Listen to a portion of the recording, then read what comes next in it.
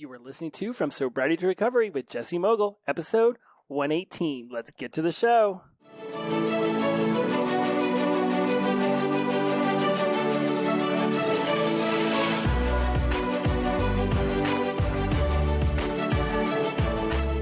Welcome back to From Sobriety to Recovery. I am your host, Jesse Mogul, and I am in addiction recovery. Let's take a breath. The aftermath of 117. Just an amazing show. Got some great feedback from everybody. And as always, it's an honor and a privilege to have you here for our time together. It really does mean the world to me. And so today, I'm going to get straight to the conversation because I want to talk about emotions. And, you know, the Memorial Day just passed, and that's a day where we step back and we honor those who have given the greatest sacrifice, their life, in order for us to have our way of life. When you go back and you really think about the wars that could have drastically changed our trajectory of where this country has ended up, obviously the American Revolution first comes to mind. There's the War of 1812 because Britain was not happy with the way that the American Revolution went, and they came back and said, let's see if we can try this again. Obviously, the Civil War, who knows what this continent would look like had that gone the other way. And then you think about World War I and II, where we very much could have been taken over by, you know, this fascist, crazy Hitler, and what would have come from that.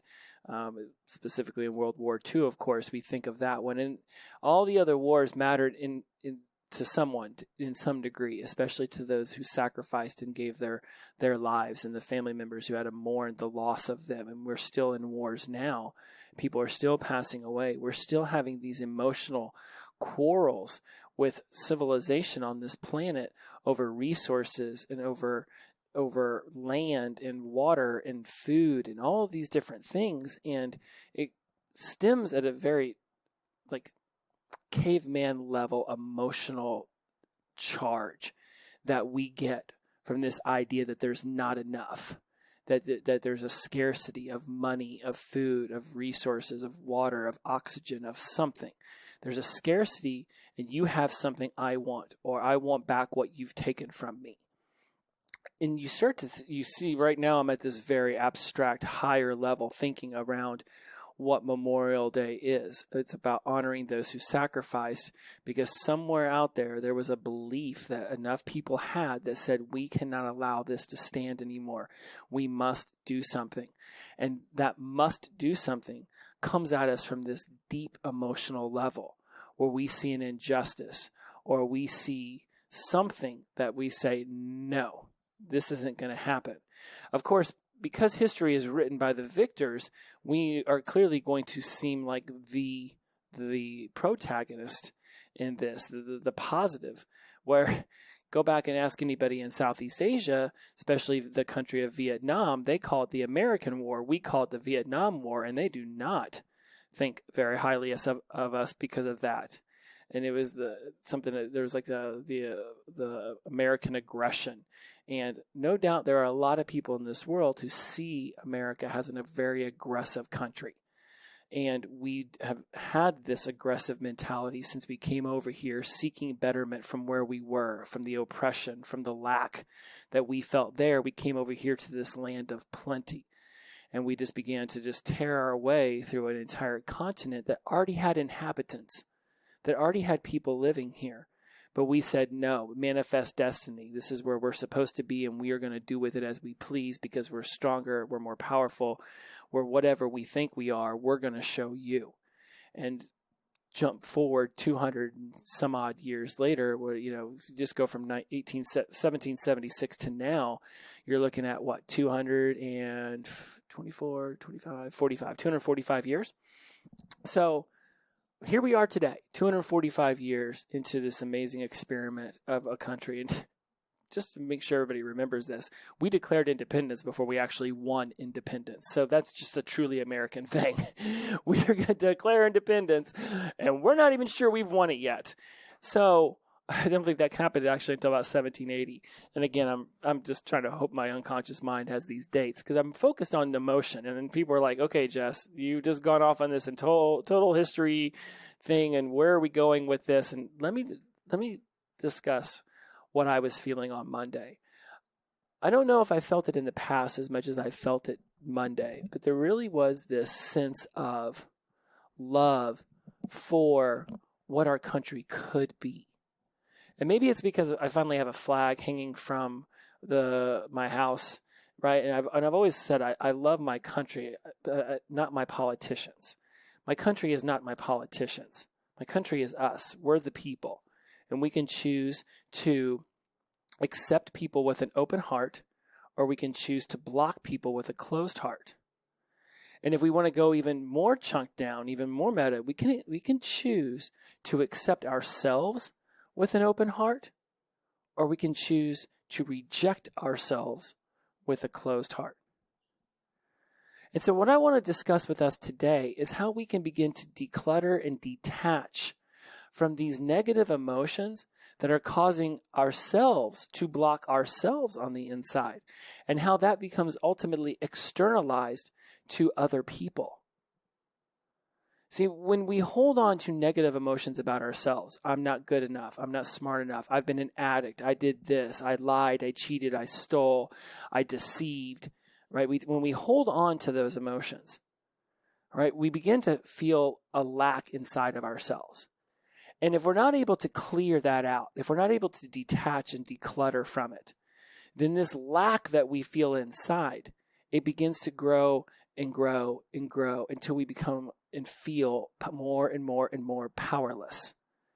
Because we stepped into that disempowerment dynamic, and I've been talking a lot about this over the last 6 months, is that when you're in a disempowerment dynamic, there's a hero, there's a villain, and then there's a victim. And if you continue to hold on to these negative emotions that are inside of you, then you either become more and more like the victim to your own thoughts and feelings, or you become more and more like the villain of yourself, because these thoughts and feelings and emotions you have about who you are attacking you constantly, and it never wants to stop, because that little voice inside your head never shuts up. As I listened to this book on Audible called Untethered Soul, it talks about this little voice in our head and how it is the worst roommate. It's the worst person in the world to take advice from, because it will tell you all day long that you're a piece of shit because you didn't get a good grade, or because you didn't get the raise, or because you took a drink, or because you said no to a friend who was in need, whatever it might be. And then to just treat you like crap all day. And then you do something good at the end of the day, and it's like, oh, look at you. You're such an amazing person. And then you just what? Supposed to forget that the whole day you've been deriding yourself and tearing yourself up? And then at the very end, it wants to say something nice, and you're just supposed to forget all of the negative BS that you had to eat all day?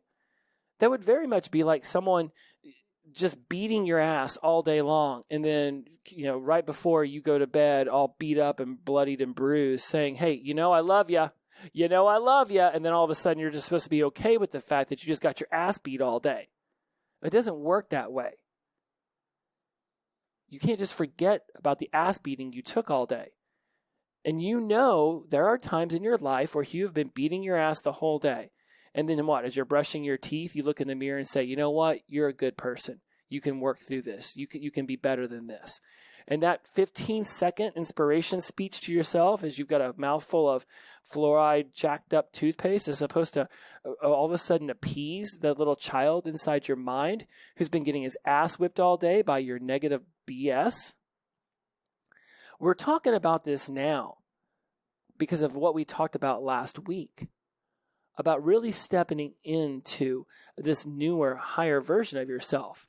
So many of you who understand that the opposite of addiction is connection start to think, okay, great, I'm going to connect with other people. But just like I talked about last week, there's a lot of talking to yourself in a more enlightened, empowered way. So I just got done talking about this on the College Success Habits podcast. And so I thought, you know what? Because I talked about it there, I want to bring it over here. I go into like a whole 37-minute long explanation of why stepping into a new way of thinking around your emotions, around the way that you talk to yourself and that you treat yourself is so important. And the more I pour into the Untethered Soul, the more I finish up the Willpower book, The Power of Habits, Atomic Habits, and Habit Stacking, 4 books I've poured through over the last 6 weeks.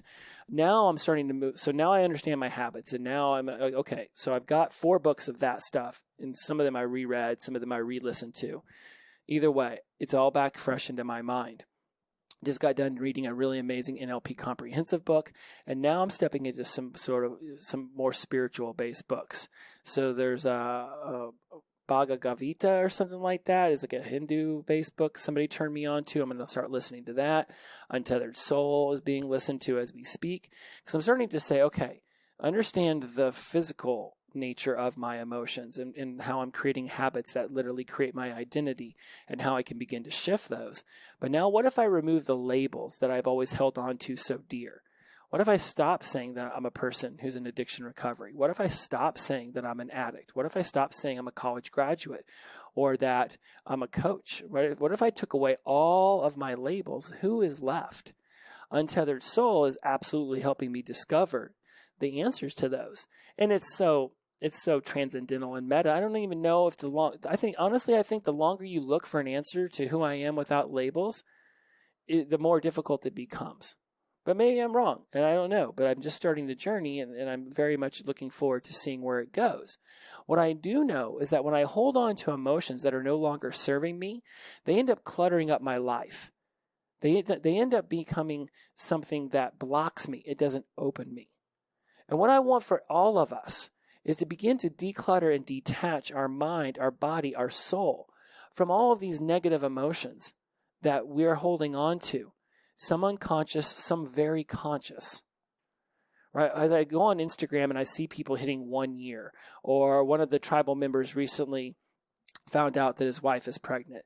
Another person, recently lost a job. It might be finding another job soon. Another person is stepping into a whole nother career avenue as a tattoo artist. When I start to talk to these people and really learn more about what it is that drives them, the more I realize is that no matter how much we're accomplishing, we still have these negative images of ourselves. We still have these negative thoughts about who we used to be and how that might hold us back from who we ultimately know we can become. What happens if you spent 20 years as an addict and then you find out that you're going to be a parent? Do you start to question whether you'll be a good parent because of your history? Or do you start to see that as a benefit? What about in your new career? When you're stepping into that, do you start to see your history as an addict being something that's going to help that or hurt that? Because your own mind makes meaning around this. And mind you, some of the tribal members I'm referencing right now haven't necessarily told me whether they have a positive or negative mental image, a thought around these life-changing, missions and life-changing events that are getting ready to transpire.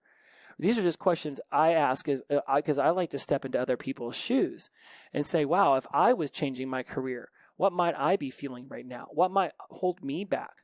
What resources might I want if I found out that I was going to get married soon, or I found out that my wife was going to have a child? What might be something that would be beneficial for me to hear?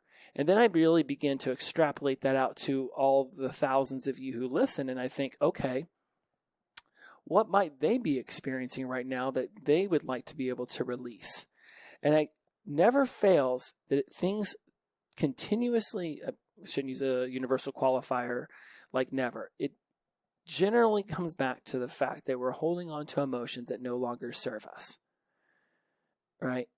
When we declutter and we detach from these emotions that are no longer serving us, we really open up our heart to the lightness that can come from realizing that as humans, we are going to make mistakes, that we are going to question ourselves, that there isn't necessarily a moment in your life where you lack fear.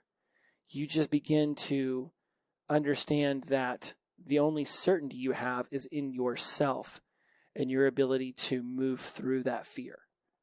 Like I used to think the opposite of fear was courage. Then I started to think, okay, well, maybe the opposite of fear is just stepping through it with courage, that you never fully eliminate fear. Fear is really a necessary part of our lives. If we didn't fear things that were hot, we might be tempted to grab a pot or a pan off the stove while it's hot because we've been boiling water in it and now we've burned our hand. The fear of touching something hot keeps us from just thrusting our hand into situations where there's the potential for something to be hot, right? The fear of being hit by a car is what causes us to look both ways before we cross the street. But the fear of having our heart broken could be literally what holds us back from walking up to that amazing person across the room and saying, hello, my name is Jesse. Hello, my name is Billy. Hello, my name is Jake, or hello, my name is whatever. I'm just trying to randomly throw out names, and I'm not referencing anybody in my tribe, mind you. I'm just literally saying, has there been a moment in your life where you have wanted to step into something and you felt fear and it's held you back? A new job, a new relationship, a new house, a new experience in your life. How many times have you stopped yourself in your tracks and not walked across the room to that new experience and said, hello, I have been waiting for you. I am ready. It's not releasing this absolute need to drop fear as much as it's realizing that the only person that you can be certain of in that situation is you. Are you certain that you will just walk across the room to that new opportunity and introduce yourself? You have no idea what that opportunity is going to say back.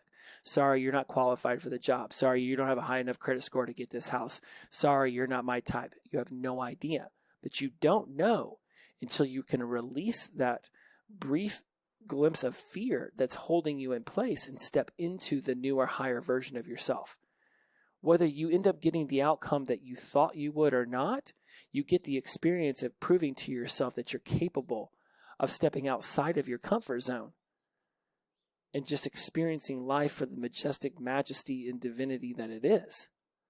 When we declutter and detach from the emotions that have been holding us back for so long, we really do free up a space for something new and amazing to join in. I'm really in the spirit of talking about this right now because I had an amazing client session this morning, and this woman had she stepped into this conversation expecting that we were going to help her overcome her food obsession, her food issues, so that she could really start to release weight and step into this higher version of herself. About halfway through, we realized that it wasn't at all about the food. It was actually about this love and this relationship that had meant a lot to her as a child. And as we began to work through all of this and we began to be able to release these things that had been holding her in her mind into this spot that had been causing her to be so attached to food, as we begin to release these things, ultimately, by the end of it, we had released everything that was once in that spot holding her back. But now there was a void. And that void could either just be filled with the majestic space and air that it is, or it could be something else could be placed inside that void. And for most of us, when we remove something, we want to put something in its place. This is why I encourage everyone to say release weight rather than lose weight. Because when you lose something, you want to replace it back where it was supposed to be. When you don't lose your keys or lose your mind and then not want to find those things. When you lose something, you generally go into a panic and you want to find it. How many of us have lost the remote and then torn the couch up seeking to find it? So if you lose weight, what does that tell your mind? You better go back find that weight. But when you release something, you let it go. It's like catching a fish. You release it. Bye-bye, fish. Thank you. You brought something into my life for a brief moment. Now go and live somewhere else, not necessarily near me. So you release this. And this is what we want to be doing with emotions. We want to release them. We want to release the undesired emotions that are holding us back and telling us that there are limitations being placed upon us by something external. What's really happening is we're placing these limitations upon ourselves internally. Questioning whether you'll be a good parent, questioning whether you're experienced enough for the job, questioning whether you have the finances to buy the new house, questioning anything within inside yourself is a scarcity mindset. And it's coming from somewhere. So the key is to detach from where it's coming from, to cut that umbilical cord, if you will, and say, that was then. My past does not define who I will become. My present defines who I'll become. My past is merely where I have been. And it either taught me something extremely valuable, and everything has the opportunity to teach you something extremely valuable, or it's holding me back. Take the lesson and then move forward. questioning whether you would be a good mentor or a good coach or a good parent or a good boss or a good manager or a good something where you're in a bit of a leadership position. Questioning that is really coming from your past experiences of watching other people manage and lead.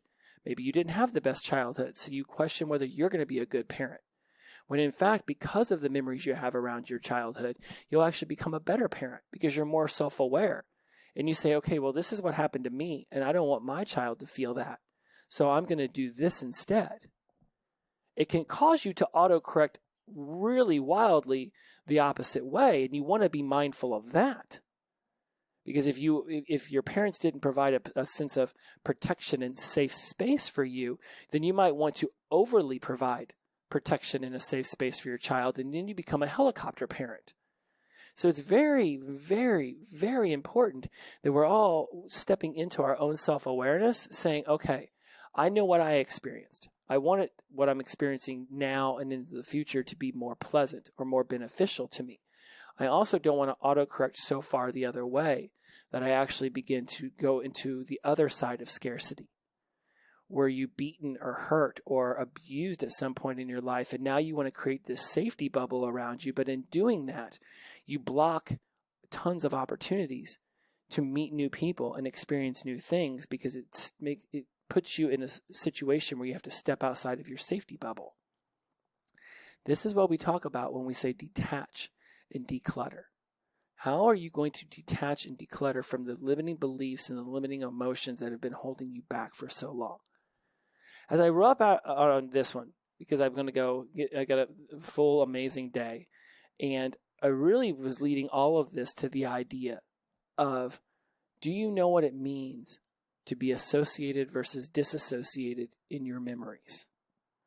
This is something I teach in neuro-linguistic programming. It's one of my founding principles that, one of my main things that I teach, one of the founding principles of what it is that we go through, is understanding how it is that you can begin to detach from what's happened in the past so that you can actually build your newest best self without the anchors of then, right? You can go back and you can look over those memories and take the lesson, but you don't want to live in the past.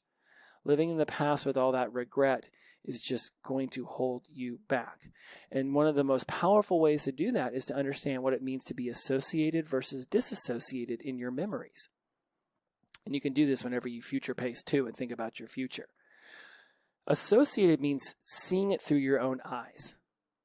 Dissociated, not disassociated, but dissociated means seeing it from the observer's perspective, the fly on the wall, the camera in the corner, just the third person point of view, right? First person is through your own eyes. Second person is, let's say you're talking to someone. The second person point of view is the person you're talking to. What does it look like from their point of view? Third person is that observer. That's what dissociated is. It's the observer, where you're watching the memory. You're literally watching yourself experiencing the memory rather than experiencing it through your own eyes.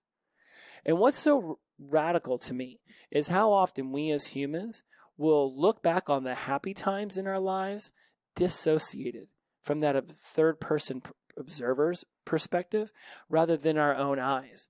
And how something means more to us in our memories when we think about it and we visualize it is when we see it through our own eyes. It's just so funny to me. And I do this all the time.